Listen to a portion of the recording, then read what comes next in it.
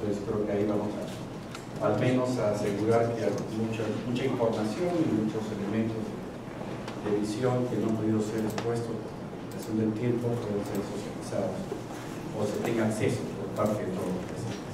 Bien, en esta última parte vamos a ver un diálogo. Quisiéramos hacerlo en lo posible en dos ruedas o en dos temas. Una primera rueda para compartir opiniones, ¿sí? A partir de todo lo expuesto, compartir opiniones, sugerencias, alcances acerca de cómo reforzar o cómo podría primero construirse o reforzarse este vínculo, este match entre Estado y la actividad económica, agentes económicos en la lógica de la reducción de emisiones en el sector usos. Y luego abriríamos una segunda rueda cuando se agote esta, a juicio de ustedes, ya básicamente para eventualmente sugerir siguientes pasos, acciones futuras. De la segunda reunión que se está teniendo, de dialoguemos, ¿qué sigue? ¿Qué se debería seguir haciendo? Porque dicho de otra manera, ¿qué deberíamos seguir haciendo juntos en adelante? Entonces, abrimos la primera rueda en torno libre, absolutamente libre, en torno a los puntos de encuentro, ¿sí? O tal vez los puntos de desencuentro que hay que limar entre Estado y actores económicos en la lógica de reducción de emisiones. Queda libre para quien desee intervenir.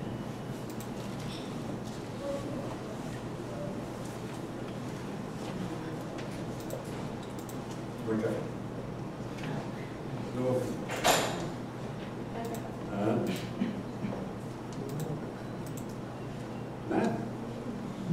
Está todo pegado. No puede Dios.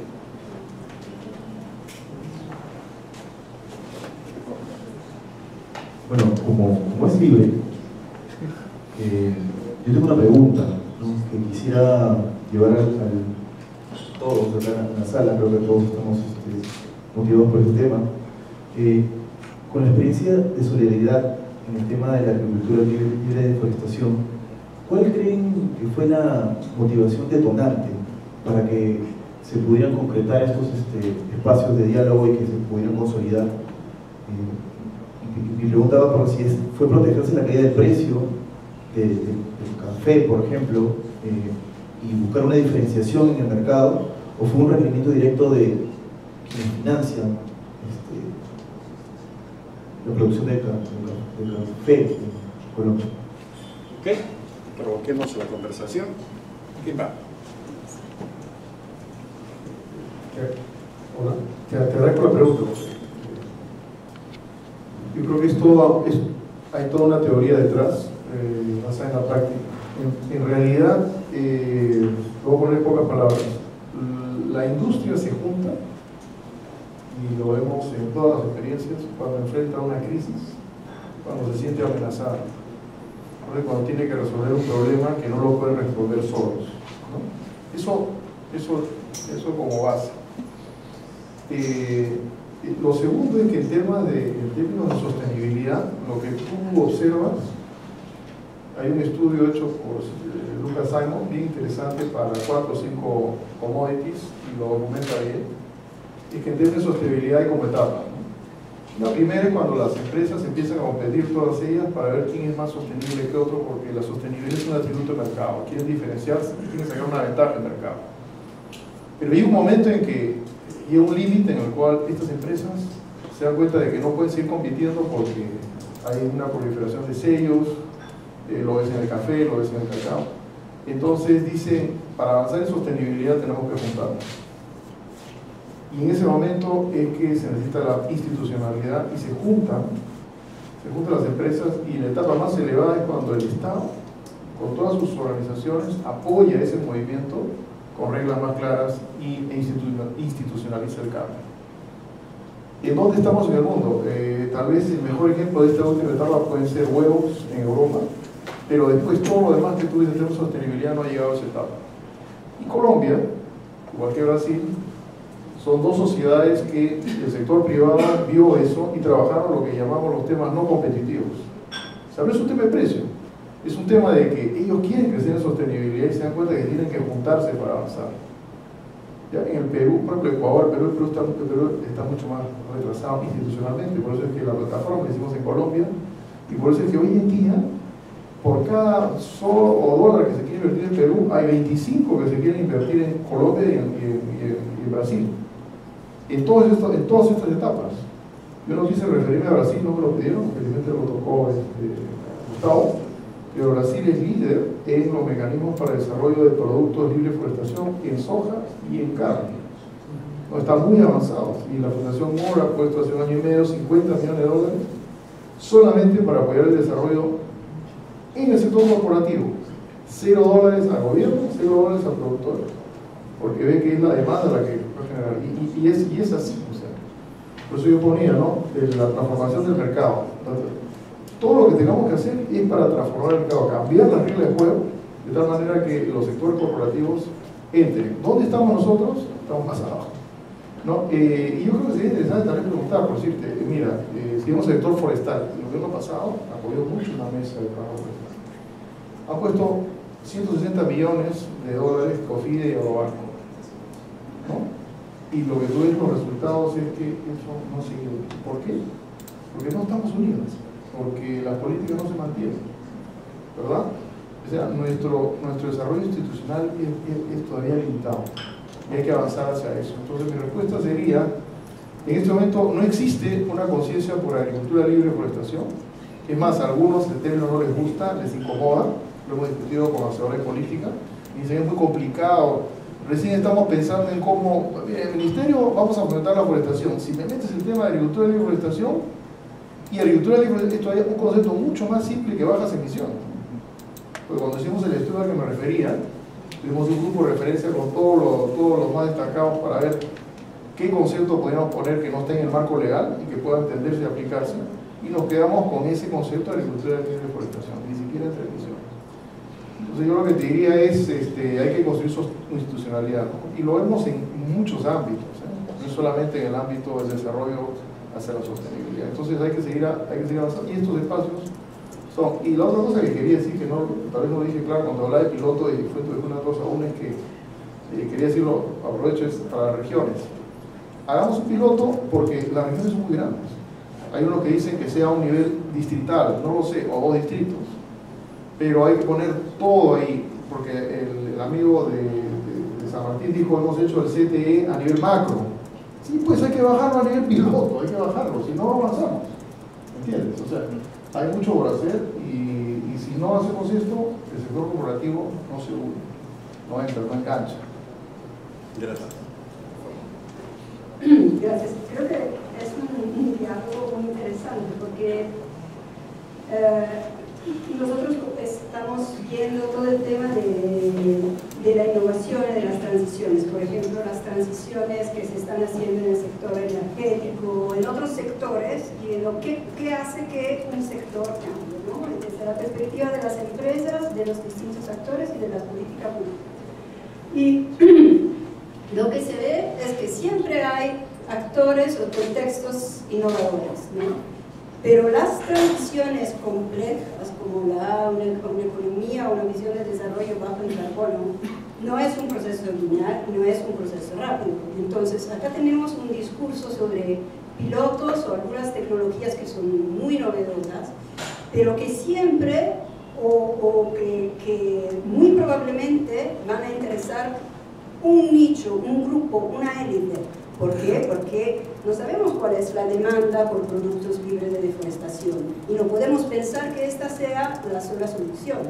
En términos territoriales, lo que se tiene que pensar es cómo acomodar y combinar distintas demandas de distintos actores y cómo hacer una transición que sí se inspira a esta innovación, pero que maneje todos los temas que no van a alcanzar en esto para que haya un salto, ¿no? Entonces, yo creo que es muy interesante acá ver el papel de las empresas y el papel de la política pública y territorial, que va a necesitar que manejar los innovadores, las empresas que van a comprar por los innovadores, pero que también tienen su compromiso territorial, y que entonces tiene que ver cómo hacer un cambio para todo, que sea una transición que sea completa. Y no es sin conflicto, no es sin rupturas, porque acá estamos todos juntos, parece que tenemos todos la misma idea, y no es así en realidad, porque la visión sobre lo que es una agricultura libre de deforestación, lo que puede ser agroforestería, lo que puede ser la tecnología, las relaciones de poder y toda la visión más social sobre la tecnología, no es algo de cohesión, es algo que cada uno perpetúa su trayectoria distinta, y esa es la política pública, ver cómo manejar esas distinciones. Yo creo que es muy importante ser realistas para poder ser exitosos. Muchas gracias. Seguimos.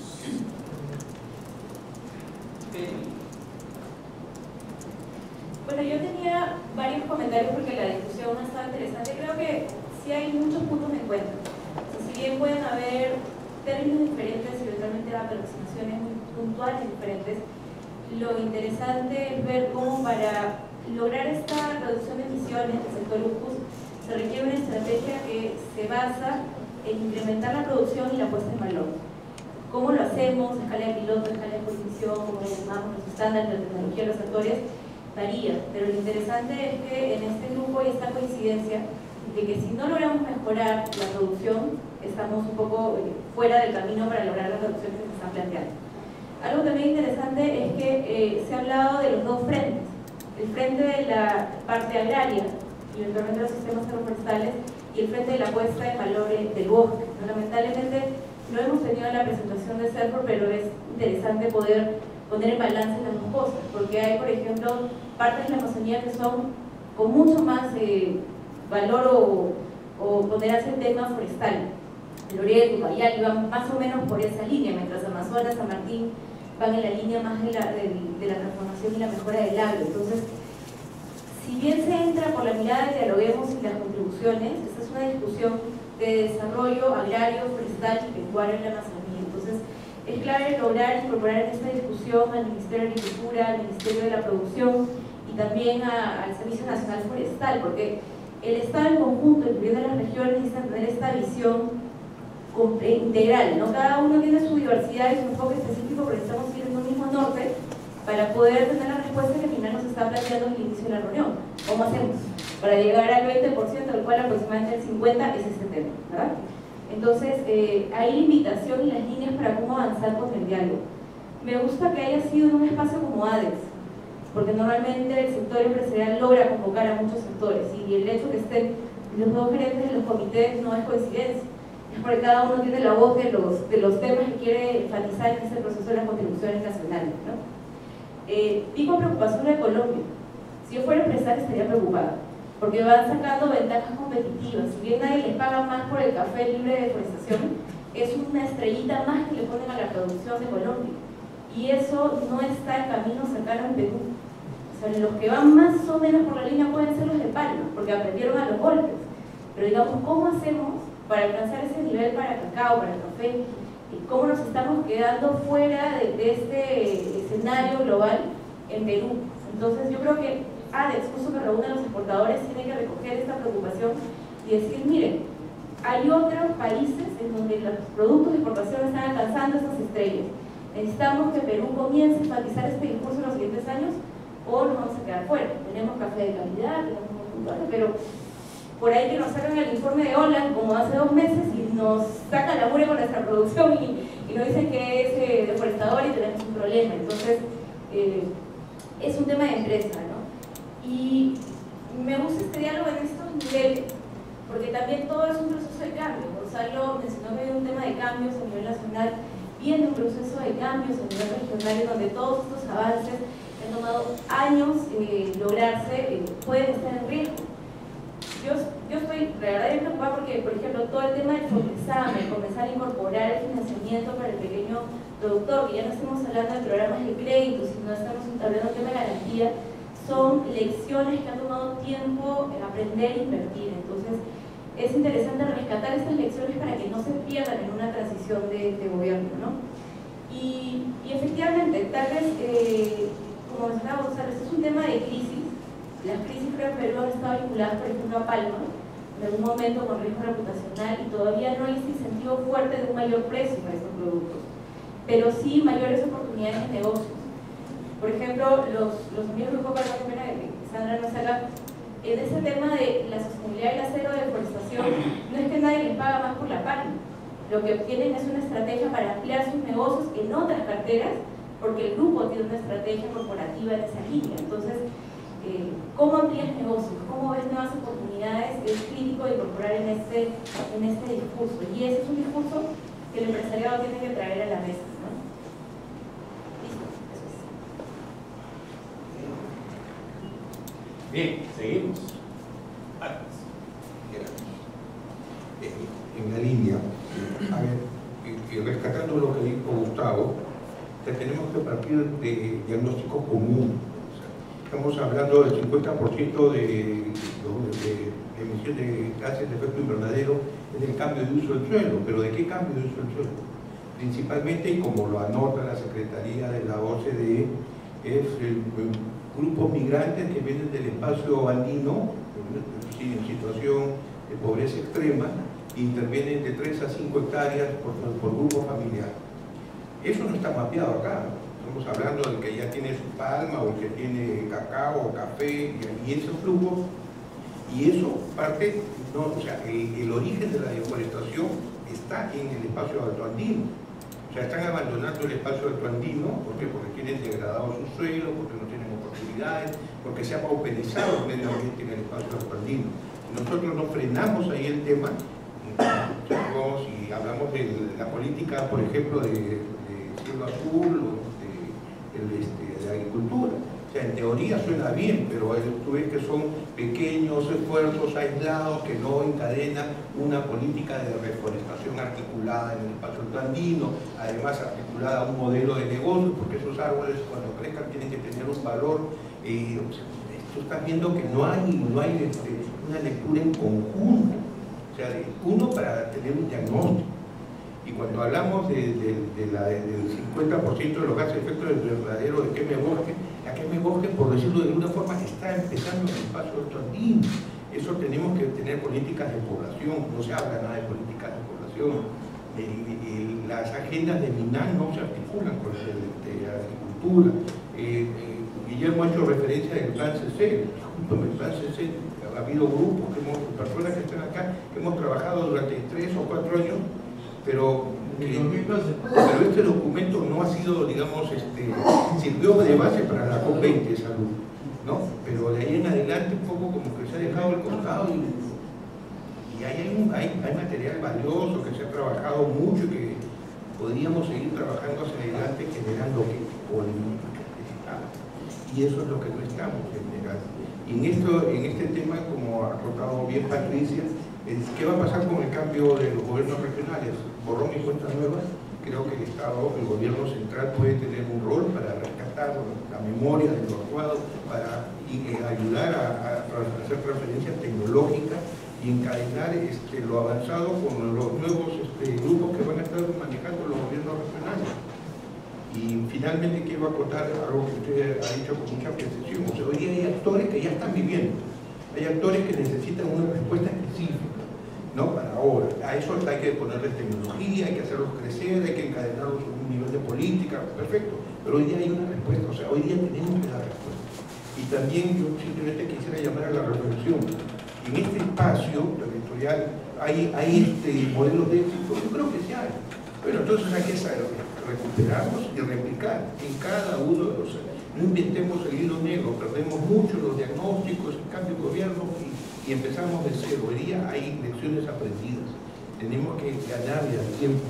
Porque todo lo que hemos hablado ahora, no encuentro un solo ítem que nos evite la pérdida de 250 o 160.000 hectáreas que se van a quemar por alguien que no tiene café, que no tiene cacao, ¿no? Y esas personas que van a hacer eso en este año que ya lo están haciendo, después se van a incorporar a la cadena del oro o de la coca o del terrorismo, la delincuencia común, o seguirán perpetuándose en este ciclo de pobreza de tumba de bosque, quema y migrar a otros zonas. Entonces, o sea, son temas que pareciera, no sé, tenemos la película como fragmentada. Creo que tenemos que armar un solo paquete y darnos cuenta que tenemos que además articular y generar políticas de Estado. Gracias. Unos 2, 3 más. Bien, yo creo que lo interesante es lo que dice usted, señor Fischer, y los otros que le antecedieron. Yo creo que sí, falta la unidad, porque no van a pasar desde el Estado en concreto. Por ejemplo, energía y minas tiene mucho que ver en esto, las universidades tienen mucho que ver en esto. Por ejemplo, si hablamos de la región andina, nosotros como cooperativas hacemos unidades de trabajo, intercambiamos experiencias. Hemos logrado formar una cooperativa de cacao finos y Madre de Dios contra la minería ilegal. El Estado no hace nada, no apoya nada. En Minar hace los esfuerzos, pero en Minas no hace nada. En la región andina, 4.200 metros de altura, tenemos una cooperativa de maca que apoyamos. Ahora estamos haciendo un híbrido café tostado con maca. Pero realmente es interesante esta cooperativa. ¿Cómo hace que los agricultores y los jóvenes regresen a su lugar a esta altura? Porque con un proyecto suizo que hemos logrado, se tienen escuelas con calefacción solar, aulas calientes, agua caliente, casas calientes, y realmente a mí me da mucha pena que al rato lo difundo a nivel de ministro y viceministro y no pasa nada. No, realmente son cosas que hay que compartir, ¿no? Y que hay que hacerlo, y eso realmente es muy cierto. Mis padres fueron andinos, vinieron mis abuelos, vinieron a la selva y se fueron cafeteros, y así. Hay que parar la migración, pero con políticas de desarrollo en la zona andina, y eso tiene que ser parte de este trabajo de también. ¿Qué políticas tomamos para la región andina? Algo que nos olvidamos. Hablamos mucho del mercado. Sí, cierto, pero el mercado es el consumidor. Si el consumidor no está consciente de lo que va a consumir, nunca vamos a producir lo que queremos nosotros en nuestra cabeza. Siempre que el supermercado quiere algo que quiere el consumidor. Tenemos que educar mucho desde la escuela a nuestros consumidores. Muy amable. Una más. Nos vamos. Sí. Con Laura vamos a cerrar. Yo creo que podemos hacer dos, ¿no? No, yo cierro, pero como... Preferencia. Cierra Laura. Mi reflexión es corta y construye sobre el comentario de Alex, en el sentido de la migración hacia la Amazonía y la conexión que tenemos entre diferentes regiones del país. Y si bien hoy día estamos hablando de agricultura libre de deforestación, qué bonito sería que de aquí a 5 o 10 años en el Perú estemos hablando de agricultura libre de degradación, porque es un concepto que se podría aplicar a la sierra o a la costa, ¿no? Y los suelos al final son un bien quizás hasta más valioso que los bosques, ¿no? Entonces, ahí está el pensamiento, ALD como agricultura libre de degradación, para empezar a preocuparnos de la sierra y de la costa también, ¿no? Ya lo quieres acuñar. Ok, muy bien. Cerramos aquí esta primera vuelta. Bueno,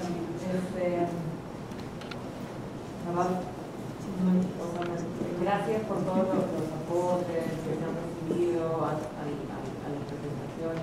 Creo que hay un montón de voces distintas, ¿no? Y distintos entendimientos también, ¿no?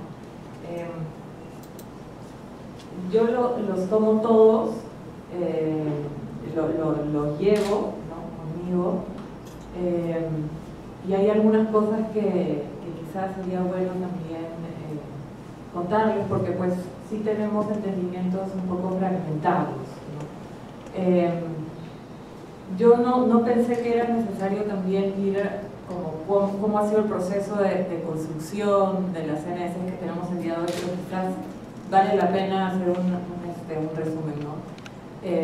Han mencionado los aportes del Plan CC y la colaboración la participación que hubo cuando se trabajó el Plan CC, que no fue para la COP20, porque en la COP20 no había esta decisión de tener un aporte de país, una contribución nacionalmente determinada, ¿no? Es en la COP21 cuando los países deciden eso, ¿no? El Plan CC fue un aporte, pero los sectores, ¿no? Nos pidieron una mayor mayor proceso de reflexión, ¿no? Fue un buen ejercicio, ¿no? Muy bueno realmente. Yo que he venido de la academia recientemente, hace 2 meses, fue uno de los insumos que tuve para varias investigaciones. Pero sin embargo, como les digo, fue un buen insumo para la parte inicial, para lo que fueron las contribuciones, ¿cómo se llama? La INDC, ¿no? La intención que tenía el país, ¿no? No, esa fue sí. Pero bueno, cuando... Pero no importan los tiempos, la cosa es que sí fue una buena contribución. Pero el día de hoy lo que tenemos es este trabajo multisectorial donde estamos tratando, ¿no? Desde el Ministerio del Ambiente, articular estos esfuerzos y validarlos, ¿no? Que cada sector se sienta a gusto, que cada sector se comprometa, ¿no? Y darle sostenibilidad al proceso. Ese es un proceso muy largo. Yo realmente no he estado desde febrero en ese proceso. Pero es digamos, es un día a día con cada uno de los sectores, sentándonos con estas, que ya no son 70 y tantas, sino 56 medidas de mitigación, y aún es por definir las de adaptación, ¿no? 77 eran 70, ahora han bajado, se han fusionado muchas, no solo en agricultura, en USCUS, sino también en energía, ¿no? Bueno, entonces vemos estos realmente 6 sectores de mitigación, ¿no? Entonces, bueno, un poco también para aclarar cuál ha sido ese proceso, pero nunca se ha desconocido el trabajo del Plan CC, sino en verdad lo que se ha buscado es que los sectores validen las medidas que inicialmente se hicieron como la intención del país, ¿no? Que ahora ya se presenta pues la contribución que determinamos, ¿no? Bueno, por otro lado, veo también todas las iniciativas que se están dando en las regiones, ¿no? Lo de Ucayali y San Martín, me parece excelente cómo se están apoyando a los pequeños agricultores a asociarse, cómo generan ese tipo de instrumentos, de alguna manera instrumentos financieros que pueden ayudar, ¿no? a su desarrollo, y creo que es importante que desde el nivel nacional los conozcamos a profundidad, ¿no?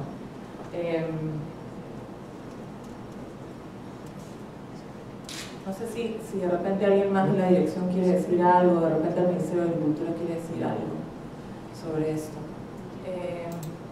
Yo pensaba también cómo seguir adelante o cómo tener unos siguientes pasos, ¿no? Hablábamos en algún momento de una hoja de ruta, ¿no? De cómo seguir de acá adelante a la siguiente reunión, qué es lo que estamos esperando de las siguientes reuniones, ¿no? Algunos hablan de un piloto. Yo veo que en verdad necesitamos de alguna manera juntar todas estas piezas, y de repente para algunos pueden parecer como que el rompecabezas completo, pero a mí no me parece que está tan claro cómo dar un siguiente salto, ¿no? Desde el Ministerio del Ambiente habíamos pensado, bueno, conocer cuáles eran los actores que estaban trabajando en estas medidas, por ejemplo, ¿no? En toda la cadena productiva del café, en todos los niveles, y así de repente no identificar las opciones tecnológicas, sabemos que están ahí, ¿no? Pero es necesario también para cada una conocer la experiencia en el Perú. Sí, eso. Y creo que estamos dando paso prácticamente a la segunda dimensión de conversación, que es un poco qué sigue. ¿Sí? Sugerencias de qué sigue, del trabajo en el marco de dialoguemos, digamos, de este proceso. Sí, dos comentarios. Uno es que, a ver, hay un tema en lo que es, digamos, USCUS, sea, suelo, agricultura, ¿no? Que creo que lo hace diferente a otros sectores, por así llamado, y así llamados dentro de la lógica de la convención, ¿no? Porque esos son sectores en la lógica de la convención. Si eso lo trasladas a sectores en la lógica de la gestión pública, estamos hablando de cosas diferentes. Y eso puede llevar a error, porque cuando sectorializas en la lógica de la gestión pública, separas cosas que deberían estar unidas. Y eso creo que es una cosa que tendríamos que tratar de evitar. Un segundo elemento que creo que lo que aquí dialogamos es superarlo, es que no solamente se necesita una articulación entre sectores, que no es lo mismo que sea multisectorial que sea intersectorial, sino también multinivel, ¿no es cierto? Entonces, ambas dimensiones tenemos que manejar. Yo tengo un comentario sobre el tema del PNCC. Yo comparto que fue un ejercicio, digamos, muy innovador, muy positivo, generó una discusión que era necesaria, pero de ahí a dar el salto a asumir que eso es el respaldo único que se requiere para tomar decisiones políticas de inversiones en el Perú, hay un bache, un vacío muy grande, ¿no? En parte, porque una buena parte del PNCC fue opinología, no había evidencias, no había un trabajo duro detrás en muchos temas. Creo que eso es algo que me imagino que eso es lo que los sectores están haciendo ahora, o sea, es revisar, alimentar, mejorar. Pero a mí me sigue preocupando el enfoque de sectores cuando lo que tenemos que hablar es de gestión de territorios. Y lo han dicho claramente las dos regiones. Hay un enfoque de gestión de territorios y de articulación de cosas que uno podría ver diferente, como producción de protección, como parte de la respuesta. Y algo me pareció genial de la presentación de las obras del título, porque en realidad tendríamos que ver este tema de la mitigación de gases de efecto invernadero en el vector Urbus no como un problema, sino como una oportunidad de ganar dinero al mismo tiempo que solucionamos un problema ambiental. Creo que eso es algo importante. Ahora, en términos de procesos, creo que es muy importante efectivamente ver lo que está ocurriendo en las regiones, pero también ver qué está ocurriendo en los propios sectores. O sea, tenemos planes temáticos, como el de Palma, como el de Café, donde mucho detalle de mucho más detalle de lo que se ha hablado acá, hay información, y se va a trabajar, creo que se va a trabajar acá, o sea, hay procesos temáticos que tienen que ser incorporados también, procesos que vienen del lado productivo, ¿no? Que tendrían que ser incorporados también en este proceso. No, hacia adelante no sé en realidad cómo seguir, pero quizás algo que tendría la pena es ver la forma como las regiones también están organizando para esos procesos y quizás llevar la mesa un poco hacia las regiones y reunirse en las regiones con los actores. Hay comités técnicos por temas, hay una articulación región-municipio que es muy interesante. Hay cosas que valdría la pena discutir con el conjunto de actores de la región, pero no sé si tenemos tiempo y plata para hacerlo. Ok.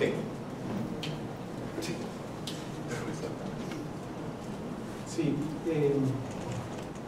cuando preparamos esta reunión fuimos en realidad bastante ambiciosos, ¿no? Porque queríamos, lo formamos con Guillermo, no sé dónde se ha ido, y con los amigos de las ONGs, queríamos tener a 7 cadenas productivas sentadas aquí, queríamos tener grupos de trabajo en torno al arroz, al maíz, a madera, a palma, café, cacao. Evidentemente fue ambicioso, es parte de lo que queríamos, queríamos empezar a avanzar en esto, ¿no? Queríamos ir avanzando en soluciones concretas, en un proceso muy operativo. Efectivamente, este evento ha sido bastante útil porque hemos conocido muchas experiencias internacionales y hemos conocido muchas experiencias de las regiones y no hemos conocido muchas cosas que sí se están haciendo, como ha mencionado Gustavo, el plan de la palma, el plan del café, muchas cosas más que hay ahí, porque la idea de este proceso es que no comience de cero, ¿no es cierto? La idea es que este proceso es que aprenda de las experiencias regionales e internacionales, que aprenda de las experiencias sectoriales que también están y que no se han expuesto ahora, pero que existen. digamos, y entonces creo que tocaría, digamos, hacer una, digamos, unificar ideas. Yo creo que aquí lo que se ha expuesto ha sido, digamos, la intención del gobierno, no del ministerio. Está acá Agricultura, lamentablemente Serfor no ha podido porque otra reunión se le ha extendido, pero la intención del gobierno de iniciar un trabajo conjunto con el sector privado y con los aliados de las organizaciones de la sociedad civil para plantear esquemas donde, en un esquema de mutuo beneficio, como lo ha planteado la directora, podamos reducir, a la vez que se reducen emisiones, mejorar los negocios de estas cadenas productivas y generar desarrollo en las regiones.